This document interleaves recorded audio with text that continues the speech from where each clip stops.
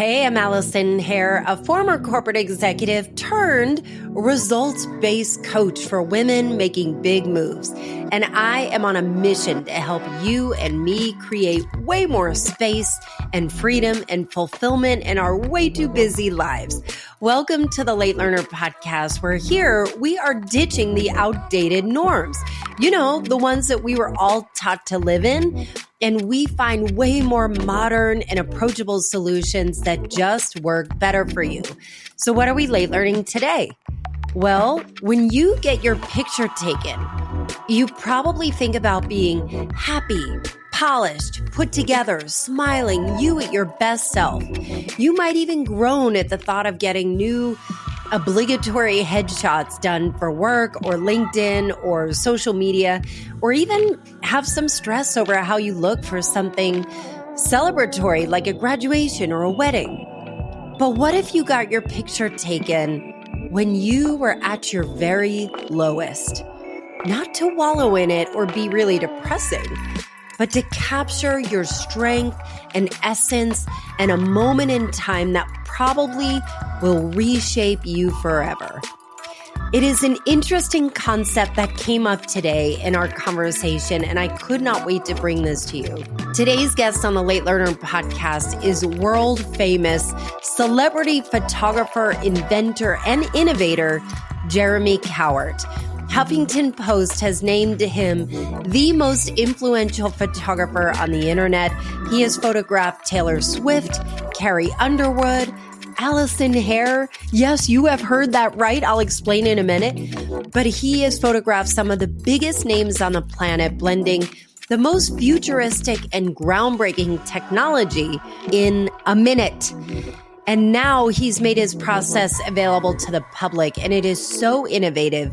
It's so groundbreaking, genius, and not to mention completely moving. I needed to bring this man's work to you and our conversation today about relentless learning and curiosity and how to harness your creativity and figure out what rabbits to chase. What does it look like to be a creative and pursuing your passion? And if you follow me on Instagram, you will see that I've sat for Jeremy's groundbreaking 60-second portrait. Not 60 minutes, 60 seconds.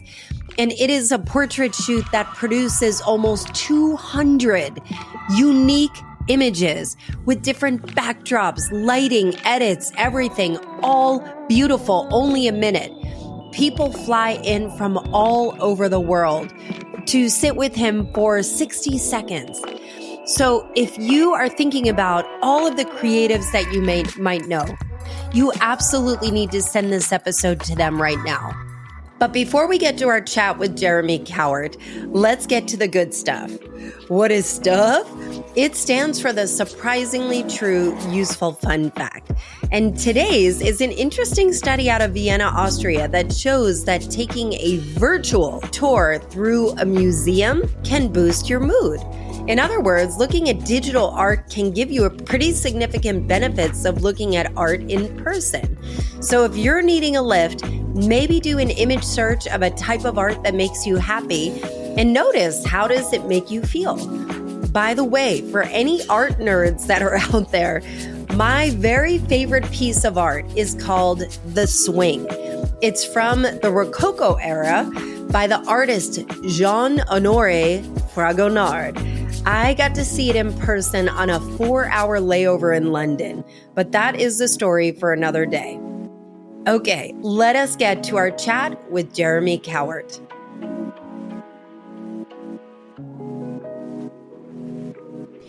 I am so honored and excited to be sitting here with Jeremy Cowart. Welcome, Jeremy. Thank you, Allison. Appreciate it. I have been in Jeremy Cowart world, and I cannot believe the amount of innovation that your brain normally cranks out, probably on a daily basis. You are a celebrity photographer, have had a lot of history photographing and having unbelievable people on you here. However, the innovation that you've created is accessible for everybody.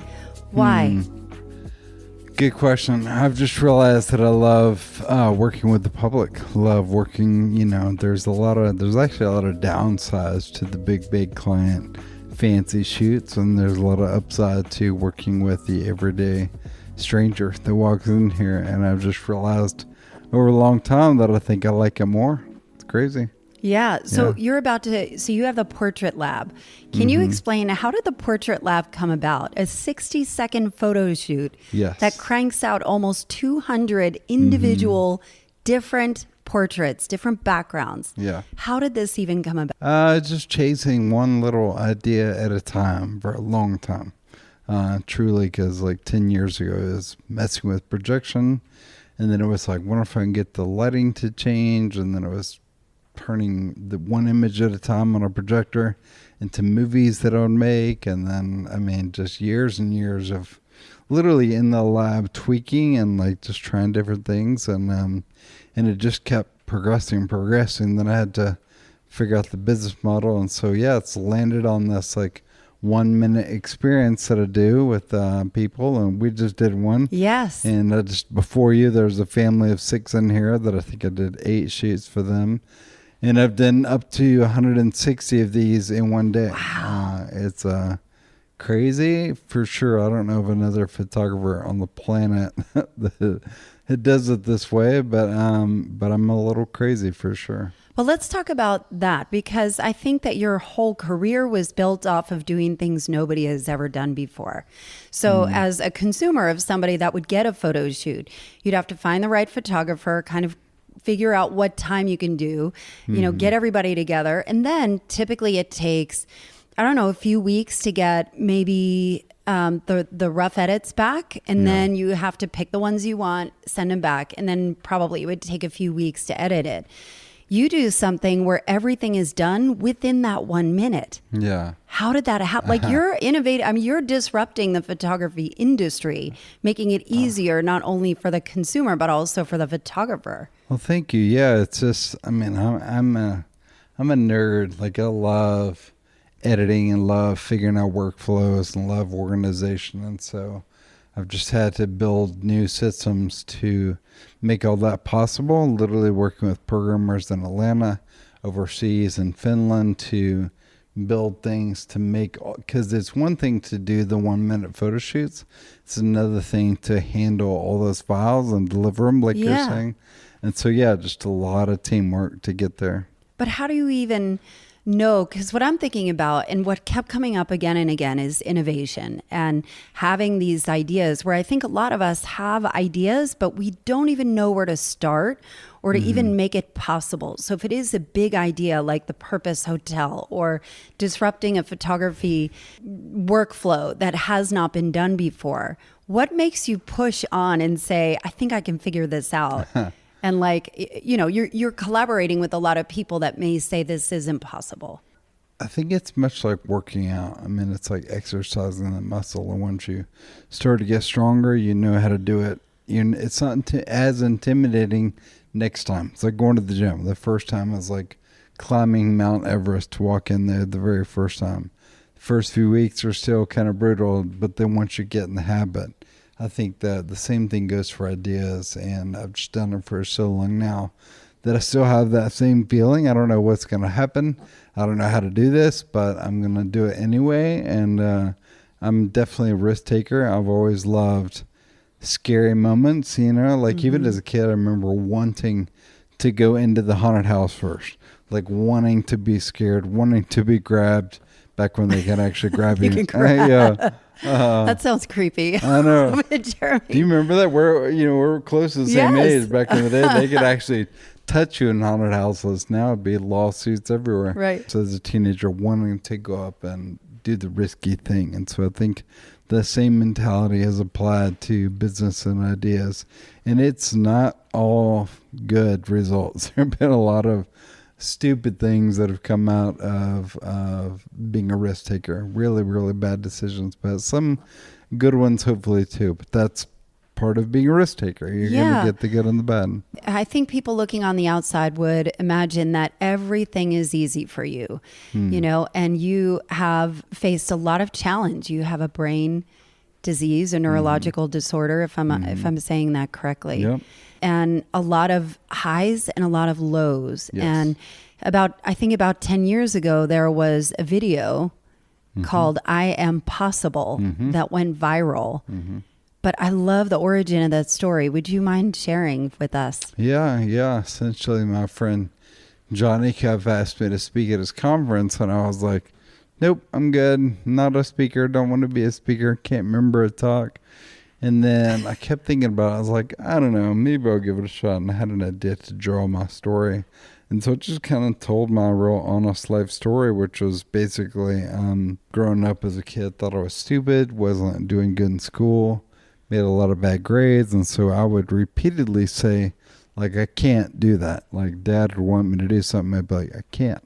A lot of your aptitude tests showed, kind of validated that as well. Like, wasn't it? Yeah, later, eventually they tested me my senior in high school, and a lot of the results were still really bad. Some of them were really good. I didn't cover the good results in the talk because it didn't work with the story, but yeah, I mean, my vocabulary, everything was really bad. So I just thought I was like stupid and wasn't going to do much with my life. And so then the talk goes on to cover my career and success, and then I realized that success didn't matter. And so what can I do with my platform to do things that do matter? And so then I go on to the story of a lot of my humanitarian projects and chasing this crazy hotel idea, and then I turn it back on the audience and say, if I can do all this, and just imagine what she can do. So yeah, that's a very short version.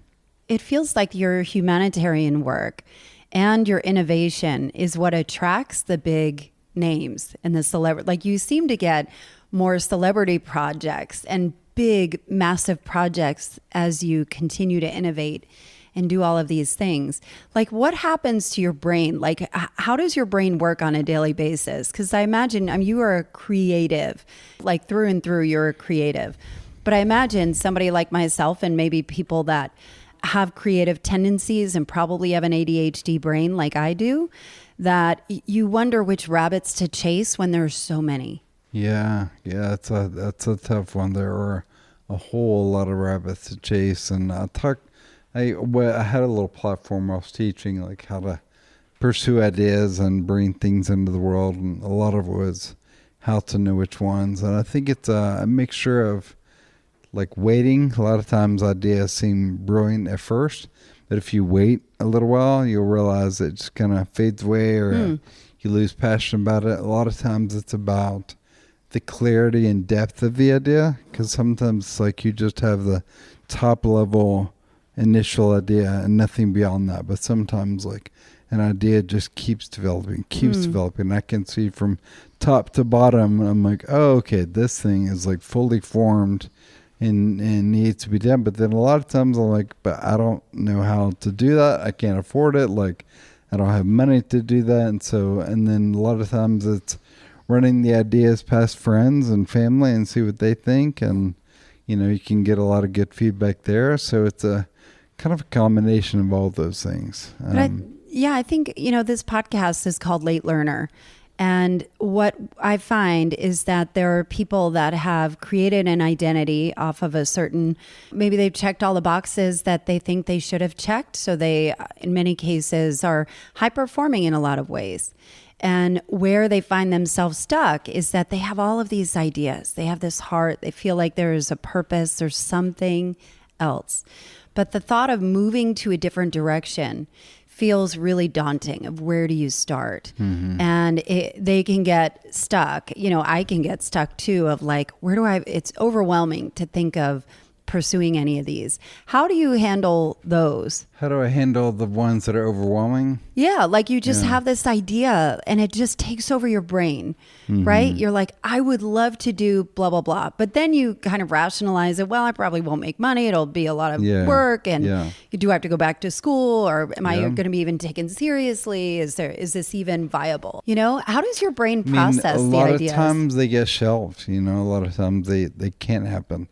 The hotel, I'm now in year 12. Tell us about the hotel. Yeah, I had an idea in 2012 to build a global hotel chain. I was all going to change the world, back in the day. And it really was a good idea to do a humanitarian social good concept. But gosh, that's a long time ago. I mean, when I had the idea, this was pre-social good. Like, it wasn't a thing. Tom Shoes barely existed. It was still pretty new, but that was it, And so to come up with the concept at that time was way ahead of its time. So anyway, it's just been a long, discouraging, hard, and brutal journey since then, to the point I even let it die last year, like completely gone. And then now it had other ideas, and it's back full on. And so, yeah, we'll see where it takes us now. But yeah, it's a social good hotel concept. And it's called the Purpose Hotel, right?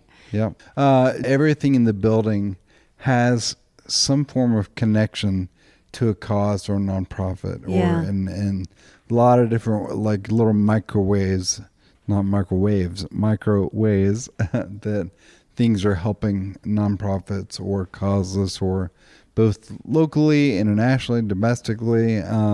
Like, for example, the internet fee fights human trafficking.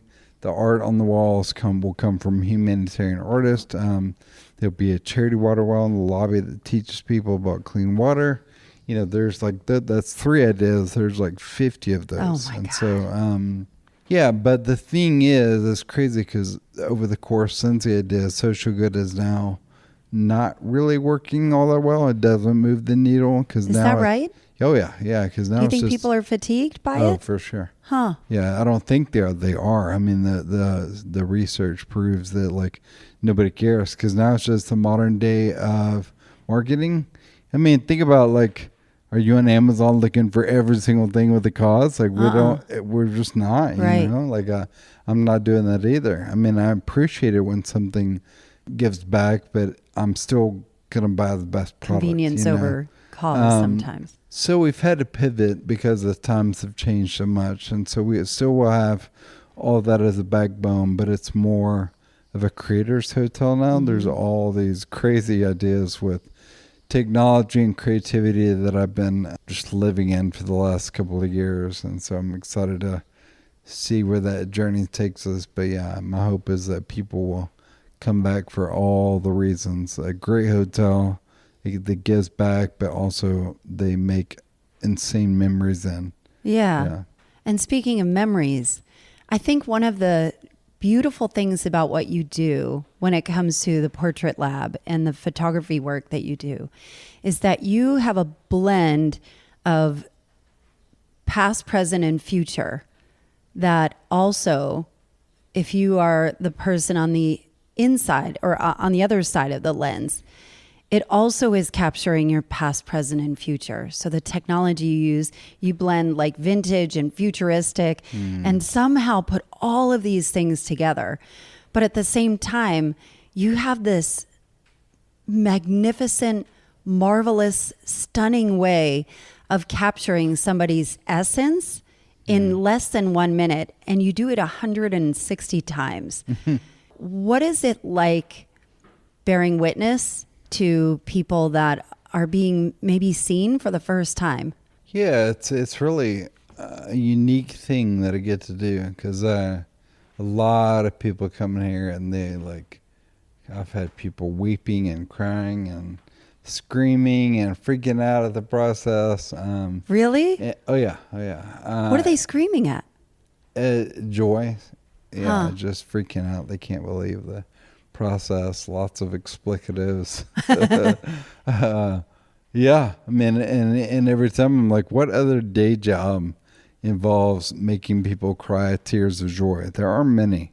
And so it's a massive honor that I get to show people how amazing they are. Yeah. And because it's also insanely intricate and detailed, and it's like directing an orchestra of gear every day. And the person is the lead singer, and so to make it all work is so fun. It literally never gets old, because I'm managing so many things that, and I'm like looking at it all. Yeah, just brings me joy. I love it. Hey, it's Allison. Thanks for listening. Did you know that the ideas shared on this show are something I can help you implement in your own life? And especially if you're in a spot where you are wanting to do something new or different, but you get kind of overwhelmed trying to figure out, where do I even start? It would be nice, but this is where clarity and next steps and a coach who can clear the way for you can really help. As a no BS results-based coach, I help high-performing women get the results they want really, really fast, especially if you're looking at a pivot or a change. I'm offering a free brainstorming session for just you and me, one-on-one, no charge, no obligation, at AllisonHair.com/schedule. How do you not get tired of it? Because you only do portraits, so it's like bust up, right? And so, and you have all these backdrops and all of these people. So you probably may hear some similar things like, I don't feel confident, or I don't feel comfortable behind the camera. I feel stupid. Why am I doing this? Why do people come in here? Yeah, it's a good question. I now have people that literally fly in from all over the world every day. Yeah. Like that family that was just in here, they came from Chicago for this. Wow. For 1 minute. 1 minute photo shoot. 1 minute shoot. It's funny. Everybody that walks in, they said the same 3 or 4 things. I've never done this before. I'm not a model. I hate my fill in the blank nose, profile, shoulders, lips, mouth, whatever. And I'm awkward in front of the camera. It's a weird script that we feel like we have to say before having our picture taken. And so I try to just disarm people and welcome them in and let them know that makes them normal. And even I feel that way. Even when I take my own picture, it's still this awkward, like you feel arrogant, right? If you're like having to, but that's what I need as a photographer. I need this confidence to be channeled, and so I have to dig deep and help people find that. Yeah, but I wonder too about the arrogance piece. Yeah. Do I really need another picture of myself? Do I need 150 different portraits? Yeah. But I wonder, like, I think you and I had talked about this offline, where you talked about people think they're coming in for a headshot, for a LinkedIn profile, or for social media or something, but it's so much deeper than that. Can you help somebody who might think, like, do I really need more pictures of myself? It feels like being seen and seen in a way that is almost like your highest good. And sometimes that highest good may be a moment of sorrow and a moment of pain and a moment of change. Yeah, that's exactly what I'm chasing. I'm trying to change the narrative that portraits should be only for graduations and weddings and anniversaries, Special like occasions, all the cliche moments. What I'm trying to communicate is that portraits should document seasons of life, like even the hard, bad moments. Years ago, I was doing a big celebrity shoot, and the actor John Schneider was in front of my camera, and I was shooting him. He was killing it. He was doing great. And then he came over, whispered to me, he's like, "Hey, can you keep shooting for a view?" I said, "Sure." He goes back in front of my camera and starts weeping, starts crying. And so I'm shooting away, and I'm like, this isn't acting anymore. This is like real tears. And so I put down my camera, and I walked up to him and hugged him. And he was like, "I just found out 10 minutes ago that my dad died." And he's like, "I wanted you to document this moment in my life." And as soon as that happened, he, left and went to the airport to fly home. And months later, I reached out to him. I was like, "Man, that was like the most powerful portraits I've ever captured." I said, "Can I share that?" And so he agreed, and we put it online. The next thing I know, millions of people were exposed to. I mean, that went more viral than anything I've ever done, because it was true portraiture vulnerability. And that's what I'm after again, not to go viral again, but I think those are the moments that should be captured. Sure, the birthdays or whatever, but if you're going through, because often if we photograph rock bottom, that's when everything changed for the better. And so I think the highlights and the low moments all deserve remembering. They're all like, I look at photo shoots as like highlighting a sentence in the book that is your life. You know, like it's just a little, here's a moment that was either good, bad, hard, or just memorable in one way or another. Or, you know, like a lot of books are mostly text, but on certain important moments, there's a picture in the book. Like I'm trying to make those pictures that belong in the important moments in people's lives. And so, yeah, that's why I do it, and I love it. And I've had a lot of people come in here that are going through divorces or, you know, whatever, like really, really hard stuff, as well as the celebrations. It's so interesting to, not know you and trust you to kind of fall apart here. And what I think is specifically interesting about you, and I highly recommend you look up Jeremy Cowart on Instagram, and I will certainly link it in the show notes for the Instagram account. You've got a really big Instagram account, and you are really vulnerable in your stories. And it was to the point where I felt like I was in a relationship with you, not in a romantic way, but, like from a parasocial, and now I'm getting to know you personally. And it is an interesting perspective of you sharing your highs and lows, where you're so human. You're not arrogant. You're very down to earth and very warm and welcoming. Which is really comforting, because when you see of a celebrity photographer, you might be on guard. I'm not a celebrity. I'm not. Sure. I'm not as beautiful as. I'm not as interesting potentially. Is that specific to you, or are you mindful of making sure that people are comfortable? Good question. I don't know. I mean, I think that's just me. It's just who I am. I've always been very laid back and humbled. Life has humbled me in a lot of ways. My family keeps me very humble. My kids mock me relentlessly. What do they mock you for? I think it's hilarious. It's like our love language. Just all things that kids mock their parents for. I just think it's funny. Maybe a lot of the parents, it would offend them or make them mad, but my daughter making fun of me brings me the greatest joy.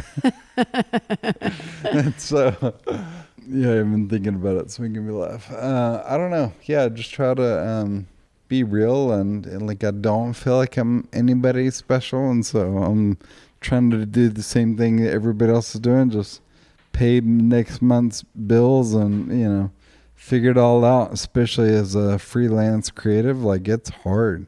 It's so hard to do what we do. Sometimes I envy those who just have a normal day job and they get to just know a check is coming next month. But when you're working for yourself, especially in the arts of any kind, dance, films, music, photography, painting, like all of it, it's just hard and it's a grind. And so I think all those things together make me who I am. And I wonder about talking about life in the arts. You have really embraced AI in a big, big way. AI is really part of your editing and part of the backdrops and probably countless other things I have no idea about. What are you excited about when it comes to the future? Yeah, well, I would tweak that. I would say it's actually very much a love-hate relationship because I don't love it. Which part don't you love? Well, I think it's very, very scary. I mean, we're entering a world that, hundreds of billions of dollars are being poured into it. And I'm just hearing terrifying things being said about its future. But like anything, it's like, it's inevitable. It's coming, whether we like it or not. And I do think we just have to be smart about which ways we adapt it and use it. And like, for me, like I can never post an image that's AI made and be like, look at my art, like that to me is not. When you can fart out an AI image in 2 minutes on your couch at midnight eating pizza and call that art, like, I'm sorry, I just don't see that as art. They're beautiful. Like AI it's already making art that's more beautiful than humans can make, but I just don't, it doesn't fire me up. It doesn't, get me excited. But like you just said, I have this massive wall in my studio that's a LED wall, and I use AI to help create backdrops that go behind my people as I photograph them. And so like that's a good way of using it as a tool in my process. But it's not taking over the process. It's just like, and I have thousands of backdrops that look like exactly like the AI images that I'm creating, but it's just kind of fun to say, yeah, I'm using AI as my backgrounds. And so, yeah, it's a strange, like, in and out. Like, I do love it, but I'm cautious about it. Just yesterday, I saw a CEO bragging about he saved $10 million last year by not hiring photographers and creatives. And like, that must have hurt. Oh, I mean, it didn't hurt me because I know it's coming. Like, and I even said a few weeks ago on my story, like every corporation, like advertising is in trouble because what corporation is going to keep wanting to spend money on photographers, writers, marketers, like the whole deal when they can just have AI do it. And so it's no surprise, but it was still surreal to see it actually like, oh, wow, here we are. Like what I said 3 weeks ago is now on the main headline. And so, but I think for what I do for portraits, I don't see anybody like, yeah, I love that AI image of myself. Like everybody I think is still going to want Feel a guilty. portrait. Well, I think guilty. Even like thinking about moms and dads, like photos of their children. Nobody's gonna want AI pictures of their, no matter how good it gets. Like you're gonna want a camera to take the portrait, you know. And so it just depends on the genre of photography. You know, we have just like music. There's probably 100 different genres, and I think some of those genres will be wiped out completely, like gone. I think a lot of the like wedding photographers are fine. There's never going to be a time where you want AI to, you know, like that's stupid. Anyway, I could talk all day about this. Lots of thoughts. Well, I think I remember this. This is right around 2000, and I'm a big fan of the DJ BT. Do you know who BT is? He was back in the day, but a really big DJ. And he was always known for innovation. And back in 2000, I remember reading an article about him. And they said, you know, BT, why do you always give all of your secrets away when other DJs can steal it? And he said, because it only makes me better. I want to give it away so that I can always keep innovating. And I noticed for you, you are really collaborative. You know, you give everything away. You give the equipment and the way that you did it and the tools that you use to do it. What is your hope for photographers going forward in the photography industry? I don't know. I think we have to obsessively learn. Like I've fallen in love with just learning. Like the older I get, the more I want to learn. Because I think if you stop learning, you become bored, jaded, irrelevant, you know, just kind of like check out. And I am fairly old by most standards at this point, but I feel young because I keep reinventing the way I do things because I have to. I find it fascinating. I get bored easily too. And so if I'm not tweaking something, you know, earlier you asked, how do you not get tired of this? And because there's so many components. There's the editing, there's the lighting, there's the backdrops, there's the camera settings, there's all the tools they use in front of the lens. Like everything can always be tweaked. And so this could be brand new tomorrow. This whole process, you know, if I was like old school 80s photographer on the same backdrop with the same lighting every day, then I would shoot myself. Like I could never do that. Even when I do the shoots on a white wall with the same lighting for big, you know, commercial stuff, I hate it. I can't stand it. And so this has been a system. I call it a contrived happy accident. It's designed to surprise me, and it does every single day. And so I just keep playing with that. It seems like you always come out with new flavors too, that you can ask for certain moods, or you can go in theme or costume if you wanted to, or have a specific kind of backdrops or a specific kind of thing, which I imagine does keep it interesting for you of like, how can I make this? It seems like it makes it more personalized, but it also makes it easier to stay engaged and stay interested. And be attractive to have this kind of customized shoot for you. No, that's right. It's soon. Not there yet, but yeah, there will be theme days for the Portrait Lab, and I can't wait for those. Anytime I change the imagery on the LED wall, it all becomes like fascinating again, and I love it. I want about 3 times as many lights as I currently have. I have a lot more lighting ideas, and so yeah, it really is a big playground for me to just do stuff. Like one day my daughter came in recently and she was like, so wait a minute, you just get to play all day. I said, yes, that is exactly right. She's in school learning geometry and math and probably like, wait a minute. Yeah, and I'm just in there screwing around making stuff. Yeah. Yeah. Oh, cool. I wanted to thank you for this and for your work, because I think the ability to see people and give a playground and give your 4 kids an opportunity to see you make a life out of creativity is so disruptive in probably the best possible way. And I think that art matters, and I really appreciate your work. It matters. Thank you for having me. I'm honored. Very honored. Yeah, excited to see your next steps as well. Thank you, Jeremy. Yeah. Y'all, if you haven't already gone to cowart.io to book your appointment or your session, or Jeremy Cowart's Instagram to book your portrait session, what are you doing with your life?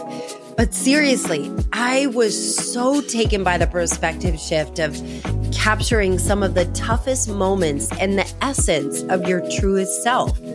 It was a gift to be able to interview him in his studio and to have my portraits captured by him. You can see them right now on Instagram at Allison__hair if you don't follow me already. He is a freaking legend. I've linked all of his info in the show notes for you. But as for you, are you moving towards your goals and your big dreams? Or do you feel like you're just kind of standing in place, or maybe caught in some unfulfilling routines and not quite sure how to get out of it?